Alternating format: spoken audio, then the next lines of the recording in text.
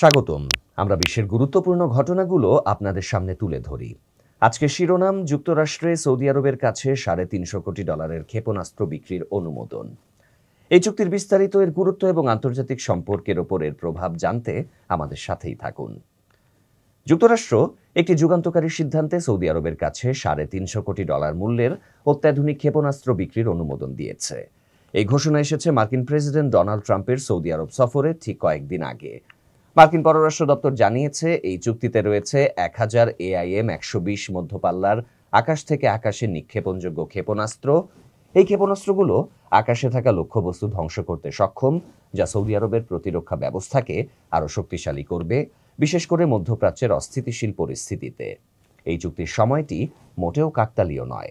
আগামী 13 থেকে 16 মে president Trump Saudi আরব, কাতার এবং সংযুক্ত আরব আমিরাত সফর করবেন। এই সফরের আগে তিনি তেল সমৃদ্ধ সৌদি আরবের সঙ্গে বড় ধরনের বাণিজ্যিক ও প্রতিরক্ষা চুক্তির কথা বারবার উল্লেখ করেছেন। এই ক্ষেপণাস্ত্র বিক্রি শুধু অর্থনৈতিক নয়, বরং কৌশলগত দিক থেকে ওয়াশিংটন ও রিয়াদের সম্পর্ককে আরও গভীর করবে।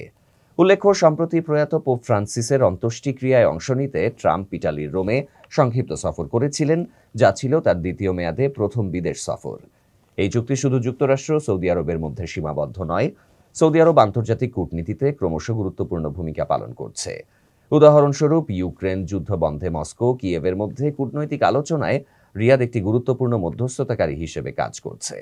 এই ক্ষেপণাস্ত্র চুক্তি সৌদি আরবের সামরিক শক্তি বাড়ানোর পাশাপাশি মধ্যপ্রাচ্যে শক্তির ভারসাম্যে নতুন মাত্রা যোগ করতে পারে।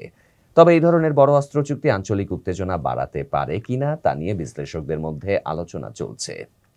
এই চুক্তিটি কিভাবে বিশ্ব রাজনীতি অর্থনীতিকে প্রভাবিত করবে তা দেখার অপেক্ষায় সকলে।